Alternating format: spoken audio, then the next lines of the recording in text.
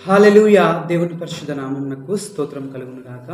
దానియేలు గ్రంథము 12వ అధ్యాయము 3వ వచనంలో మనం చూసినట్టయితే, నీతి మార్గమును అనుసరించి నడుచుకున్నట్లు ఎవరు అనేకులను త్రిప్పుదురో వారు నక్షత్రం వలె నిరంతరమును ప్రకాశించెదరు అని చెప్పి వ్రాయబడి ఉందండి. ఆమేన్. హల్లెలూయా! అవునండి.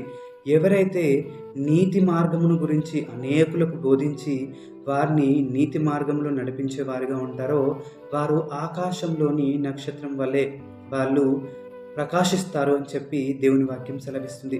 చూడండి, మనం ఈ నక్షత్రంను చూసినట్టయితే అది వెలుగుకు సూచనగా ఉంది.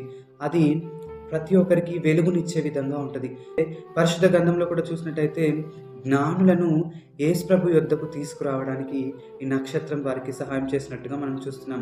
కాబట్టి ప్రియ దైవజనమా, మనము కూడా నక్షత్రం ఎలాగైతే అనేకులకు వెలుగునిస్తుందో మనము కూడా మన జీవితాల ద్వారా క్రీస్తు అనే వెలుగును మనము ఇతరులకు ప్రకాశింపజేసి, పాపంలో ఉన్న, చీకటిలో ఉన్న, అపవాది కబంధ హస్తాల్లో చిక్కబడి ఉన్న వారికి ఆ వెలుగుమయుడైన ఆ క్రీస్తును మనం పరిచయం చేసి వారి జీవితాల్లో కూడా వెలిగించబడేలాగా మనము ఆయన యొద్దకు వారిని తీసుకొచ్చేలాగా మనం జీవించే వారిగా ఉండాలి. ప్రభువటి కృప మనందరికీ దయచేయునుగాక. ఆమేన్. హల్లెలూయా.